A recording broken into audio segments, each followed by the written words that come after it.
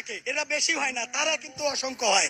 এদেরকে নিয়ে আমি কোনো বড় বড় রাজনৈতিক দল উল্টাপাল্টা ব্যাখ্যা বিশ্লেষণ করে, কারণ খাইয়ে কাম নাই আজারি নিয়ে ব্যবসা।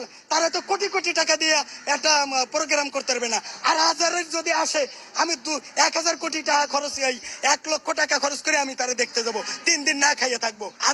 আমি ইসলামের জন্য করবো। কাজে আজারের সাথে কোনো কম্পেয়ার করে কোনো আলেম কেউ হবে না। কপ্টার হুজুর মাপটার হুজুর আর কোন বিএনপির নেতাকে আজারির সাথে তুলনা করে আজারিকে ফসাইতে চাই না।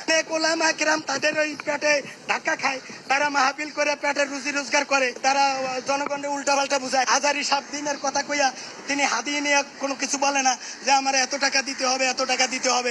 এটাই সঠিক ইসলাম। আজারির মাহফিলে সঠিক ইসলাম পাওয়া যায়, যেটা তাবলিগের 2 পক্ষেও পাওয়া যাবে না। তাবলিগের 2 পক্ষেও পাওয়া যাবে না আজারির মাহফিলে সঠিক ইসলাম যেটা পাওয়া যায়। এই দেশে ষড়যন্ত্রকারীরা সবসময় থাকবে।